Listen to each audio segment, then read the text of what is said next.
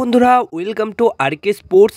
আজ কিন্তু নিজেদের ঘরের মাঠে নর্থ ইস্ট ইউনাইটেড এফসি দলের এগেনস্টে ম্যাচ খেলতে নেমেছিল মোহনবাগান দল। নিজেদের ঘরের মাঠে মোহনবাগান দল গোলের বন্যায় নর্থ ইস্ট ইউনাইটেড এফসি দলকে পুরোপুরি ছাড়খাড় করে দিল। হ্যাঁ, 4-2 গোলে মোহনবাগান দল নিজেদের ঘরের মাঠে আজকের ম্যাচটা জিতে নিল। আর এই ম্যাচ জেতার ফলে মোহনবাগান দল 14 ম্যাচে 29 পয়েন্ট নিয়ে 2 নম্বর পজিশনে চলে আসলো। অর্থাৎ এফসি গোয়া দলকে টপকে গিয়ে কিন্তু তারা 2 নম্বর পজিশনে চলে আসলো।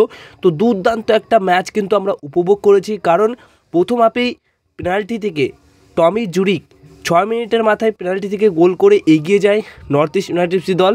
তো সেখানে দীপেন্দু বিশ্বাসের তেমন একটা ভুল ছিল না, তিনি জাস্ট বলটা যাতে করে কোনোরকম ঠিকঠাকভাবে না রাখতে পারে বক্সের ভিতরে, সেটাই আটকানোর চেষ্টাই করছিল, বাট সেটা কিন্তু হাতে লেগে যায়। তো সেটা পেনাল্টি দিয়েছে, তো ওটা কোনোরকম ভুল কিছু দেয়নি। তো সেখান থেকে 1-0 গোলে এগিয়ে যায় নর্থ ইস্ট ইউনাইটেড এফসি দল। এবং প্রথম হাফে কিন্তু মোহনবাগান দল একদমই ভালো খেলতে পারেনি, কিন্তু মাত্র 4 মিনিটের মধ্যে প্রথম হাফে গোলের বন্যা বইয়ে দিয়েছিল। হ্যাঁ, 45 মিনিট পর গিয়ে 4 মিনিটের অ্যাডেড টাইমে 46 মিনিটে কিন্তু লিস্টন কোলাস ও জনি কাউকোর বাড়ানো একটি বল থেকে বা অ্যাসিস্ট থেকে দুর্দান্ত একটা ফিনিশ করে 1-1 গোলে সমতায় ফেরায়। তারপর আবারও কিন্তু 4 মিনিট, একদম শেষ 4 মিনিট মানে 48 মিনিটের মাথায় কামিংস কিন্তু আবার একটা দুর্দান্ত গোল করে। দিমিত্রি পেট্রাটাসের বাড়ানো ফ্রিকিক থেকে একটা বল যেটা ভেসে আসছিল জনি কাউকোর কাছে, আর সেই জনি কাউকো কিন্তু দুর্দান্ত হেডে বলটা নামিয়ে দেয় জ্যাসন কামিংসের উদ্দেশ্যে এবং সেটাকেই ভালোভাবে ফিনিশ করে দেয় জ্যাসন কামিংস, যার ফলে প্রথম হাফেই পিছিয়ে থেকে 2-1 গোলে শেষ করে মোহনবাগান দল।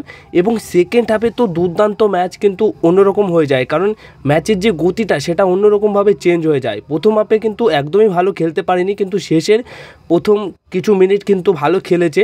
কিন্তু সেকেন্ড হাফে আবার মোহনবাগান দল দুর্দান্তভাবে শুরু করেছিল, কিন্তু সেকেন্ড হাফেও একটা ধাক্কা খায়, কারণ 50 মিনিটের মাথায় কিন্তু টমি জুরিক সেরা লেভেলের একটা স্ট্রাইকার, তো তিনি তার কাজটা কিন্তু করে দেখিয়েছে। তো তিনি কিন্তু আরও একটা গোল করে দেয়। তো সেখানে দীপেন্দু তাকে মার্ক করে রেখেছিল, বাট দীপেন্দু কিন্তু কোনোরকমভাবে তাকে আটকে রাখতে পারেনি। তার আগে ওই বলটা যদি হেক্টর হিউস্টে ক্লিয়ার করে দিত হেডে, তাহলে হয়তো ওই গোলটা নাও হতে পারত।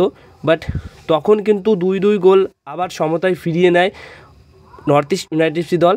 কিন্তু তারপরে কিন্তু 53 থেকে 57 মিনিটের মাথায় মোটামুটি 2টো গোল করে। হ্যাঁ, পেট্রাটাস 53 মিনিটের মাথায় দুর্দান্ত একটি গোল করে আবার 3-2 গোলে এগিয়ে দেয় মোহনবাগান দলকে, যেখানে পেট্রাটাসের ওই গোলের ক্ষেত্রেও অ্যাসিস্টটা করেছিল জনি কাউকো।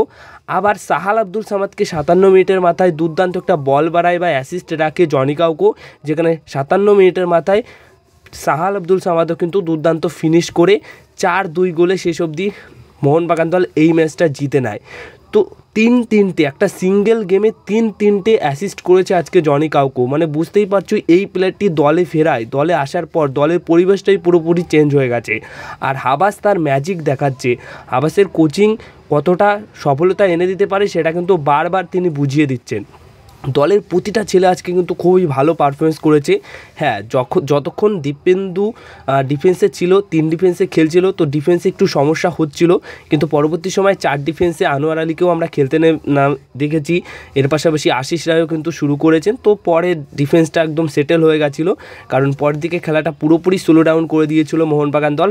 কিন্তু 6টা গোল আজকে যুবভারতীর হয়েছে, মানে যুবভারতীতে সমর্থকরা 6টা গোল দেখেছে। আজকের ম্যাচে 4টে গোলদাতাকে আমরা দেখেছি যারা মোহনবাগান দলের হয়ে গোল করেছে। তো দুর্দান্ত একটা ম্যাচ ছিল। আর টমি জুরিক নর্থ ইস্ট ইউনাইটেড দলের হয়ে দুর্দান্ত খেলেছে, তিনি স্ট্রাইকারের কাজটা করে দেখিয়েছে। সব মিলিয়ে মোহনবাগান দলের সব প্লেয়াররাই কিন্তু ভালো পারফরমেন্স আজকে করেছে। তো এই ম্যাচ জেতার ফলে কিন্তু খুবই সুবিধা হয়ে গেছে, কারণ চ্যাম্পিয়নশিপের দৌড়ে টিকে থাকতে গেলে কিন্তু এই ম্যাচটা জিততে হতো, আর সেটাই করে ফেলেছে। 14 ম্যাচে 29 পয়েন্ট। তো আর একটা ম্যাচ জিতলে কিন্তু ওড়িশাকেও ধরে ফেলবে, আর ওড়িশার এগেনস্টেই কিন্তু নেক্সট ম্যাচটা রয়েছে। তো ওই ম্যাচে যদি জিততে পারে তাহলে কিন্তু 1 নম্বরে চলে আসবে মোহনবাগান দল। তো সেটা অবশ্যই হয়তো করে দেখাবে মোহনবাগান দল।